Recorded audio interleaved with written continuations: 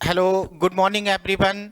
Education bird के online platform पर स्वागत है दोस्तों आप सबका। और जैसा कि हम लोगों ने अपने पिछले सेशन में पिछली क्लास में शुरुआत किए थे कैलेंडर वाले चैप्टर की, और हमने आपसे कहा था कि जितनी भी शिक्षक भर्ती की परीक्षाएं हैं, चाहे वो नेट जेआरएफ वाला पेपर ही क्यों ना हो या हमारे प्राइमरी टीचर वाला पेपर क्यों ना हो, शिक्षक भर्ती की परीक्षाओं में सामान्यतः एक सवाल रीजनिंग में हमसे कैलेंडर का जरूर पूछा जाता है।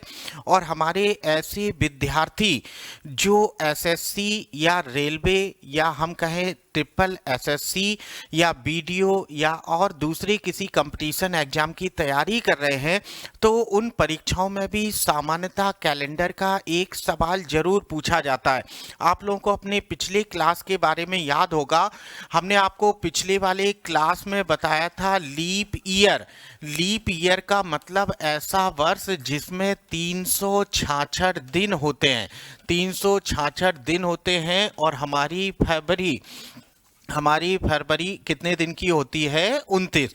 यानी 366 दिन और फरवरी में कितना दिन होता है? 29। और अगर ऑर्डिनरी ईयर की बात करें, यानी ऑर्डिनरी ईयर जिसे हम साधारण वर्ष भी कहते हैं, उसमें 365 दिन होते हैं और फरवरी हमारी कितने दिन की होती है? 28। यानी एक साधारण वर्ष में फरवरी हमारी 28 दिन की और एक लीप वर्ष में हमारी फरवरी में कितना दिन होता है? 29। तो बेटा ये तो हम लोगों ने अपने पिछले क्लास में जाना था और ये भी जाने थे कि कैसे लीप वर्ष बनता है। हम लोगों ने अपने क्लास में एक बात और जान लिया था कि लीप वर्ष की पहचान, आप लोगों को याद होगा हमने लीप वर्ष की पहचान बताए थे कि ऐसा वर्ष जिसके अंतिम दो अंकों में 4 का पूरा पूरा भाग चला जाए, यानी 4 से पूरा पूरा विभाजित हो, तो ऐसा वर्ष हमारा लीप वर्ष होता है। और इसके बाद हमने आपसे चर्चा किया था लीप वर्ष की शताब्दी। तो लीप वर्ष की शताब्दी की पहचान, ऐसा शताब्दी वाला वर्ष, ऐसा सेंचुरी ईयर जिसमें 400 का पूरा पूरा भाग चला जाए, हमारी लीप वर्ष की शताब्दी होती है। अच्छा देखो, कल हम लोगों ने एक चर्चा और किया था, जरा उसे भी थोड़ा गौर करें।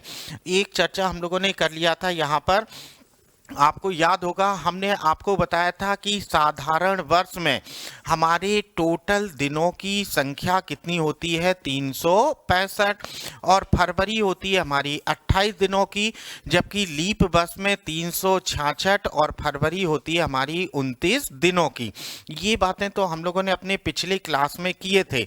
अब आगे बढ़ते हैं और इसकी भी पहचान हमने आपको बताया था जिसके अंतिम दो अंकों में 4 का पूरा पूरा भाग चला जाए, बस वही वर्ष लीप ईयर होगा। और ऐसा शताब्दी वर्ष जहां 400 का पूरा पूरा भाग चला जाए, हमारी लीप वर्ष की शताब्दी होता है।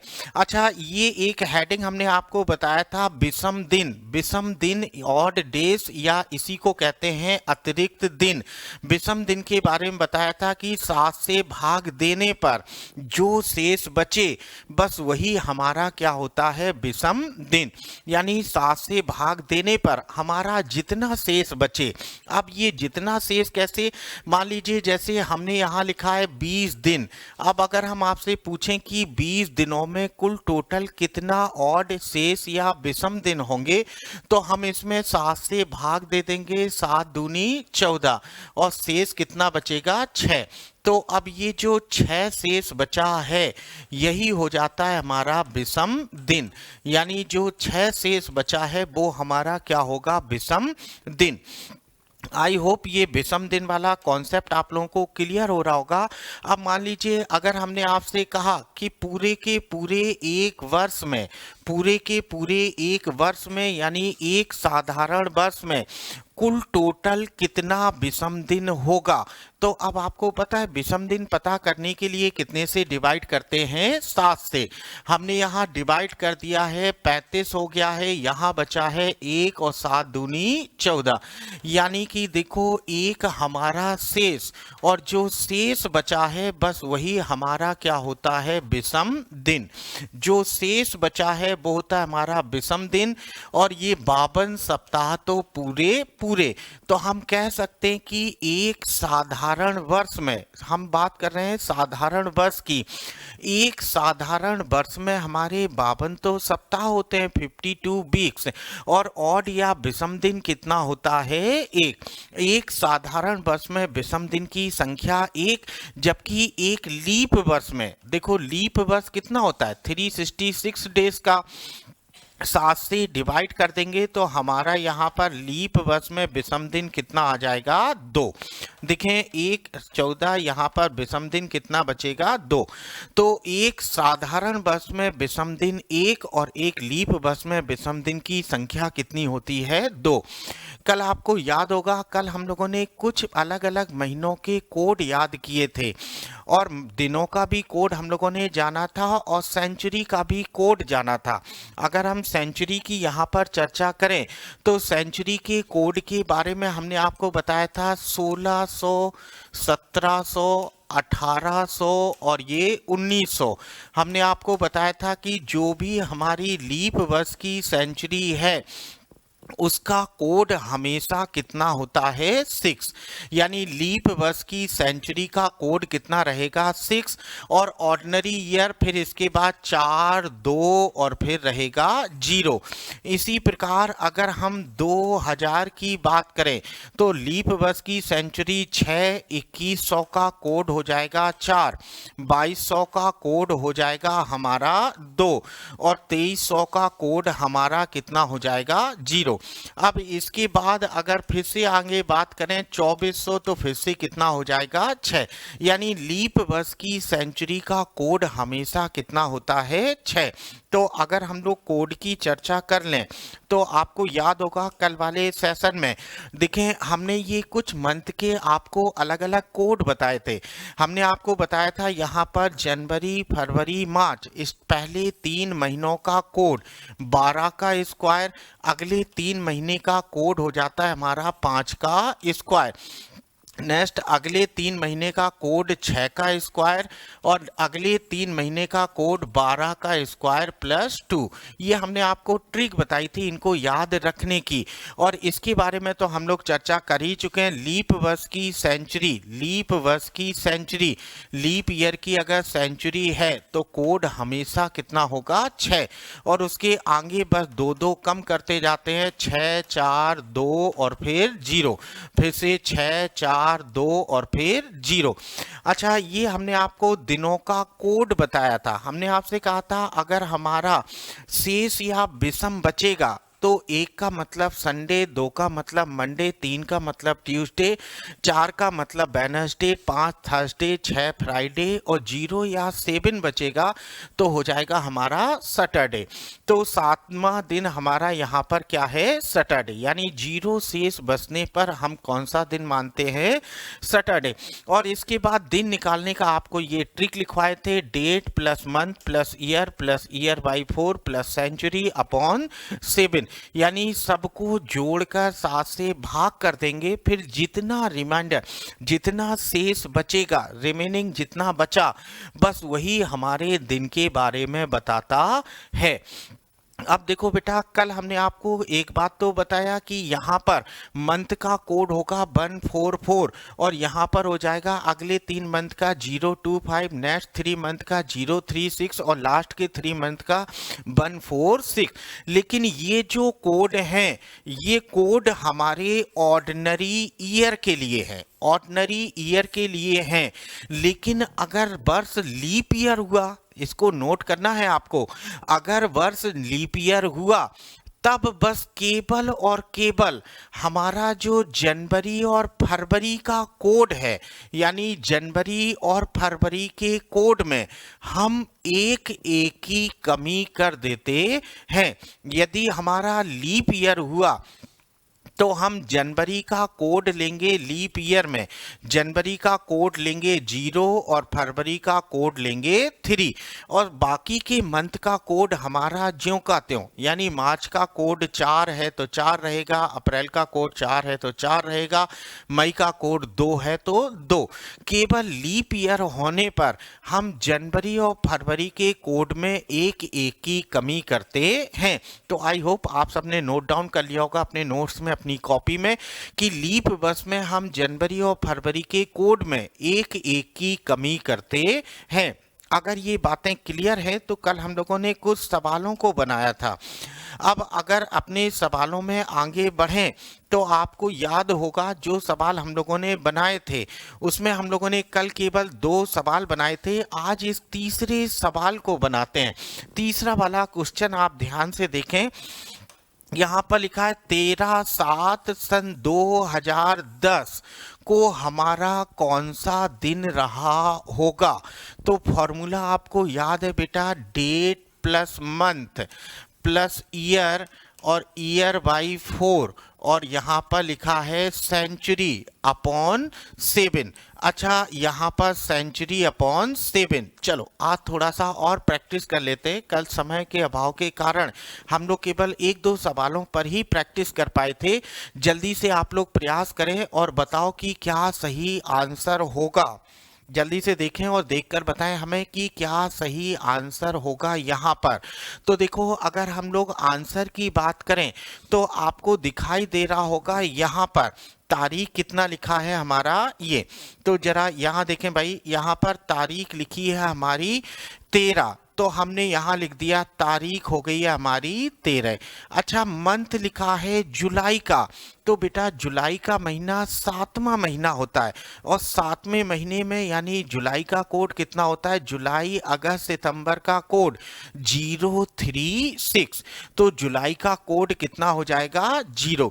अच्छा, अब लिखा है ईयर, तो ईयर कितना लिखा है 10, हमने ये लिखा 10 प्लस फिर लिखा है ईयर बाई 4, सॉरी मैंने 7 लिख दिया, यहाँ पर होगा 4, ईयर बाई 4। अब बताओ 10 वर्षों में हमारे कुल टोटल कितने लीप ईयर होंगे। तो केवल और केवल 2 ही लीप ईयर होंगे। अब इस 2 से नहीं, हमें इस 2 की आवश्यकता है, तो लीप ईयर हमारे कितने हो जाएंगे 2। अच्छा, प्लस अब इसके बाद लिखा है सेंचुरी। अब देखो सेंचुरी आप लोगों को दिखाई दे रहा होगा, यहाँ लिखा है 2000। पहली बात तो बताओ ये सन 2000 क्या लीप वर्ष की शताब्दी होगा, और पहचान कितने से भाग देते हैं 400 से। तो देखो पूरा पूरा कट रहा है, तो हम कहेंगे ये लीप ईयर की सेंचुरी है। और लीप वर्ष की सेंचुरी का कोड हमेशा कितना होता है 6। हम लोगों ने जाना था पीछे, लीप वर्ष की सेंचुरी है तो उसका कोड हमेशा कितना होगा 6 अपॉन 7। अब सबको जोड़कर 7 से डिवाइड कर देंगे, तो यहाँ देखो 3 3 2 5 5 और 6 11, 1 हो गया। यहाँ देखो 1 और 1 2 और 1 3, 31 7 का भाग दे दिया, 4 बार जाएगा 28, 8 का मतलब यहाँ पर शेष कितना बचेगा हमारा 3। अच्छा देखो यहाँ पर 28 शेष बचेगा 3। अब देखो तीसरा दिन, पहला दिन हमारा संडे, दूसरा मंडे और तीसरा क्या होता है ट्यूसडे। तो अब हमारा यहाँ पर आंसर क्या हो जाएगा ट्यूसडे। हम कहेंगे 13 जुलाई सन 2010 को हमारा दिन क्या रहा होगा ट्यूसडे। क्लियर है बेटा। देखो इस फॉर्मूले से हमारी हकीकत की तारीख आती है। हकीकत की तारीख मतलब अगर आप इस डेट पर आज की तारीख का भी दिन निकालना चाहें तो आप इस फॉर्मूले से आसानी से ज्ञात कर सकते हैं। अगर मन में कोई डाउट हो तो आप कमेंट में पूछते रहिएगा। आगे बढ़ते हैं, देखते हैं हमारा अगला वाला सवाल क्या कह रहा है। यहाँ क्वेश्चन नंबर फोर्थ। अब चौथा वाला देखो, 24/4/1880। चलो अब जल्दी से प्रयास करके बताओ कि क्या सही आंसर होगा। नियम और तरीका वही, date plus month plus year और year by 4 plus century upon 7। जल्दी से प्रयास करो। यहाँ लिखा है 24/4/1880 को हमारा कौन सा दिन रहा होगा। तो देखो जरा यहाँ पर ध्यान दें, फॉर्मूला लिख देता हूँ, date plus month plus year by 4 plus century upon 7 और कितने का डिवाइड करते हैं 7 से। तो देखो डेट दिया है 24, हमने ये ले लिया। अभी देखो मंथ दिखा है चौथा। अब चौथे महीने का कोड देखो, पहले 3 महीने का कोड होता है 12 का स्क्वायर, जनवरी फरवरी मार्च का कोड हो जाएगा 144। अब ये चौथा महीना दिया है अप्रैल का कोड कितना हो जाएगा 025। नेक्स्ट 3 मंथ का तो अप्रैल का कोड होगा 0। अच्छा अप्रैल के बाद अब यहाँ लिखा है ईयर, तो ईयर हमारी कितनी है 80। तो यहाँ देखो हमने लिखा 80। अब यहाँ पर लिखा है ईयर बाई 4। तो देखो बेटा 80 में भाग दे देंगे 4 का, तो हमारे लीप वर्ष कितने हो जाएंगे 20। तो यहाँ पर हो गया 80, ये 0, लीप ईयर कितना आ गया है 20 प्लस सेंचुरी। अब देखो सेंचुरी का कमाल देखें भाई, यहाँ पर सेंचुरी लिखी है 1800। तो जरा सा याद करो, 1600 लीप वर्ष 6, 1700 में कितना होता है 4 और 1800 में कितना हो जाएगा मेरे भाई 2। तो 1800 का कितना लेंगे यहाँ पर कोड 2 अपॉन 7। अब चलो जरा इनको जोड़ लेते हैं। यहाँ पर 4 4 4 4 और 2 6। क्लियर। यहाँ देखो 2 और 8 10, 2 12, 12 और बस 12, ये हो गया। 7 से भाग दे दिया, 7 एकम 7, यहाँ कितना बचेगा 5 और 7 अट्ठे 56, यहाँ पर हो गया 56। अच्छा बताओ शेष कितना बचा है 0। और आपको याद होगा दिन वाले ग्राफ में हम लोगों ने लिखा था 0 का मतलब क्या होता है सैटरडे। तो हम कहेंगे 24/4/1980 को हमारा दिन क्या रहा होगा शनिवार, सैटरडे यानी कि शनिवार। देखो अब मन में आपके एक छोटा सा डाउट आ रहा होगा कि सर ये 80 हमारा लीप वर्ष है।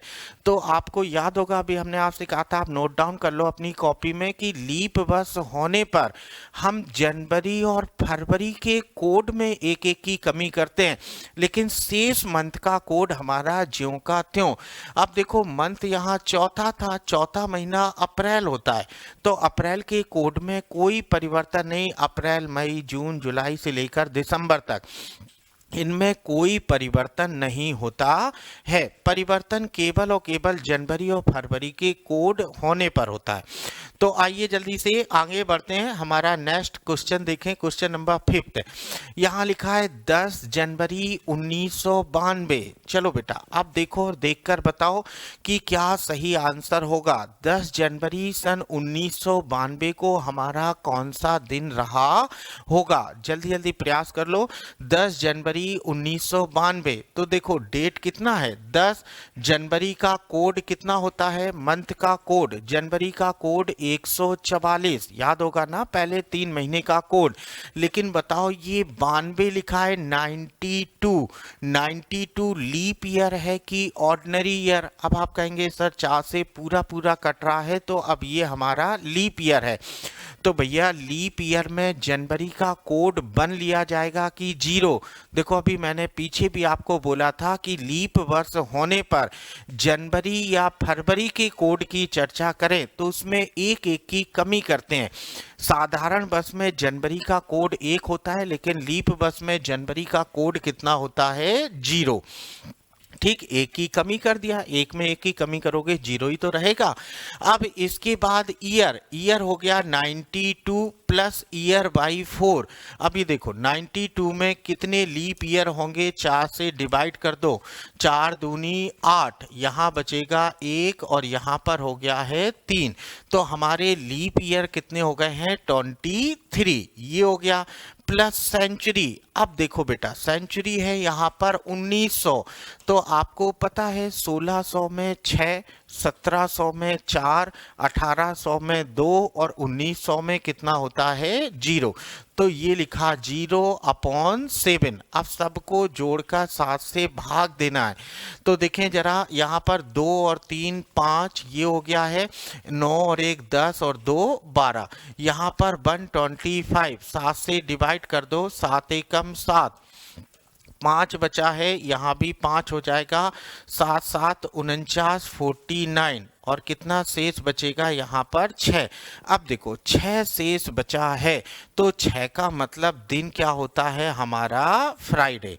यहाँ छठवां दिन हमारा क्या होता है फ्राइडे, सातवां दिन सैटरडे, तो छठवां दिन क्या होगा हमारा फ्राइडे। तो हम कहेंगे 10 जनवरी 1992 को हकीकत में कौन सा दिन रहा होगा, शुक्रवार। देखो आप इस फॉर्मूले से, इस ट्रिक से आप पता कर सकते हैं कि वो कौन सा खतरनाक दिन रहा होगा जब आप इस दुनिया में प्रकट हुए थे। यानी आप अपने डेट ऑफ बर्थ को भी पता कर सकते हैं कि आपकी जो डेट ऑफ बर्थ है उस दिन हकीकत में कौन सा दिन रहा होगा। तो अब देखिए आप में से कितने लोग प्रयास करेंगे अपनी डेट ऑफ बर्थ का दिन ज्ञात करने के लिए। आ जाओ जल्दी से, यहाँ पर थोड़ा सा देखते हैं। एक और सवाल आपके सामने लिखा है 24 फरवरी सन 2012 को हमारा कौन सा दिन रहा होगा। 24 फरवरी सन 2012 को हमारा कौन सा दिन रहा होगा। चलो जल्दी से देखो और देखकर बताओ बेटा कि क्या सही आंसर आएगा इस सवाल में। जल्दी से शुरुआत कर दो। देखो यहाँ सबसे पहले डेट 24, मंथ दिया है फरवरी। अब फरवरी के महीने में यहाँ देखो 2012 लिखा है, लीप ईयर है। तो हमने आपको बोला है जनवरी और फरवरी के कोड में एक एक की कमी करते हैं। साधारण बस में फरवरी का कोड कितना होता है 4, तो अब लीप बस में फरवरी का कोड कितना हो जाएगा 3। अच्छा यहाँ पर ईयर, ईयर लिखा है 12 और लीप ईयर। अब 12 में आप फिर से डिवाइड कर दो 4 का, आपको लीप ईयर पता चल जाएगा। टोटल लीप ईयर कितना होगा 3। तो यहाँ पर लीप ईयर हो गया है 3 प्लस सेंचुरी। अब देखो 2000 वाली सेंचुरी है, तो लीप ईयर की सेंचुरी है, पीछे आप एक सवाल बना चुके हैं, तो इसका कोड हो जाएगा 6 और अपॉन 7। चलो एक बार फिर से जोड़कर भाग देते हैं। 4 3 7, 7 2 9, 9 3 12, 12 और 6 18। यहाँ पर हासिल 1 2 और 1 3, बस 3 और 1 4, 7 का भाग दे दो, 7 छंग 42, 46। यहाँ पर 42 ये हो गया, यहाँ कितना बचेगा 6 और दिन क्या हो जाएगा हमारा फ्राइडे। ठीक, यानी 24 फरवरी सन 2012 को हमारा दिन क्या रहा होगा फरवरी। क्लियर है बेटा सभी को। तो आगे बढ़ते हैं, एक आध सवाल और बचा है उसे भी देखो। यहाँ पर क्वेश्चन नंबर, अच्छा चलो अब तो कैलेंडर का रिपीटेशन आ गया, यानी कैलेंडर का दोहराया जाना। तो देखें यहाँ पर लिखा है रिपीशन, देखो थोड़ा सा गलत लिख गया है, रिपीटेशन होना चाहिए था, कैलेंडर का दोहराया जाना। चलो कोई बात नहीं, हिंदी तो आप समझते ही हैं। कैलेंडर का दोहराया जाना या कैलेंडर का पुनः प्रयोग करना। देखो हमने ये लिखा है पुनः प्रयोग करना, कैलेंडर का दोहराया जाना या कैलेंडर का पुनः प्रयोग करना। अब कैलेंडर के दोहराए जाने का मतलब क्या है या कैलेंडर का फिर से प्रयोग करने का मतलब क्या है। जैसे अभी हमारा ईयर चल रहा है 2022, अब आपसे कह दे कि वर्ष 2022 का कैलेंडर हम आगामी किस ईयर में, आगामी किस वर्ष में हम पुनः प्रयोग कर सकते हैं, या सन 2022 का कैलेंडर आगामी किस वर्ष में दोहराया जाएगा, या सन 2022 का प्रयोग आगामी किस वर्ष में कर सकते हैं। तो मान लीजिए आपका आंसर आ गया है कि सन 2000, यहाँ पर लिखा है 37। तो अब इसका मतलब क्या है, इसका मतलब समझें। मान लीजिए 2022 का कैलेंडर है, तो आप जानते होंगे कैलेंडर में ऐसे अलग अलग मंथ बने होते हैं। यहाँ लिखा जनवरी, फरवरी, मार्च, अप्रैल, यहाँ मई, जून, जुलाई, इसके बाद अगस्त, सितंबर, अक्टूबर, नवंबर और ये दिसंबर। अब अगर 2037 के कैलेंडर की चर्चा करें तो इसमें भी कुछ इसी प्रकार के मंथ और ईयर बने होंगे। यहाँ देखो हमने ये बना दिया है और यहाँ देखें जनवरी, फरवरी, मार्च, अप्रैल, मई, जून, जुलाई, अगस्त, सितंबर, अक्टूबर, नवंबर और ये दिसंबर। अब आप कह रहे हैं सन 2022 का कैलेंडर सन 2037 में रिपीट होगा, तो इसका मतलब क्या है कि अगर इसमें 10 जनवरी को रविवार था तो इस कैलेंडर में भी 10 जनवरी को रविवार होना चाहिए। अगर यहाँ पर देखो 11 या यहाँ पर 22 नवंबर को बुधवार था तो इस कैलेंडर में भी 22 नवंबर को बुधवार होना चाहिए। कहने का मतलब ये कि अगर 2022 यहाँ से हटा दें और 2037 को यहाँ से मिटा दिया जाए और दोनों कैलेंडर अगल बगल टांग दिए जाएं तो आप दोनों कैलेंडर देखकर कहें कि सर एक ही कैलेंडर है, दोनों में कुछ भी डिफरेंस नहीं है। यानी यहाँ जिस तारीख पर जो दिन है इस कैलेंडर में भी उसी तारीख पर वही दिन होगा। तो ये होता है हमारे कैलेंडर का दोहराया जाना या कैलेंडर का पुनः प्रयोग करना। तो आई होप आप लोगों को ये क्लियर हो रहा होगा। तो आगे बढ़ते हैं और देखते हैं इस सवाल को हम लोग कैसे बनाएंगे। जरा यहाँ देखो भाई, मान लीजिए एक क्वेश्चन आपके सामने ये लिखा है, थोड़ा सा ध्यान दीजिए। देखें, वर्ष 1993 का कैलेंडर हम पुनः कब प्रयोग कर सकते हैं। देखो ये क्वेश्चन आपके सामने है कि साल 1993 का कैलेंडर हम दोबारा से कब प्रयोग कर सकते हैं। तो बेटा देखो इस सवाल को बनाने के दो छोटे से कॉन्सेप्ट होते हैं। पहला कॉन्सेप्ट तो होता है इसका बेसिक लेवल और दूसरा होता है इसका ट्रिकी मैथ, यानी जो हमारा ट्रिक होती है उस पर आधारित। तो अब चूंकि हम लोगों के टॉपिक की शुरुआत है और हमने पहले भी आपसे कहा था, दोबारा रिपीट कर दे रहे हैं कि यहाँ पर आपको कॉन्सेप्ट के साथ साथ आपको ट्रिक बताई जाएगी, ताकि अगर कभी सवाल थोड़ा बहुत घूमकर परीक्षा में पूछ ले तो आपके मन में किसी प्रकार का कोई डाउट ना रहे, आप आसानी से अपने सवालों को बना सकें। तो देखें, वर्ष 1993 का कैलेंडर किस वर्ष में हम पुनः प्रयोग कर सकते हैं। अब एक सिंपल सी बात देखें,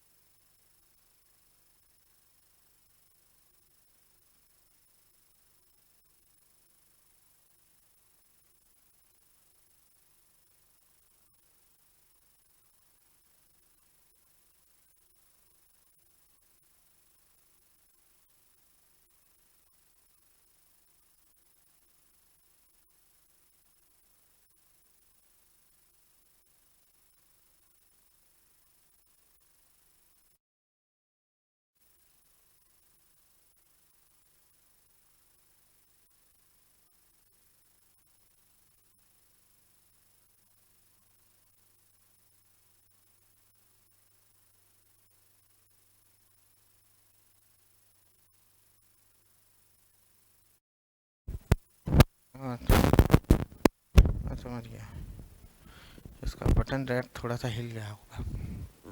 अच्छा अभी परफेक्ट है ना।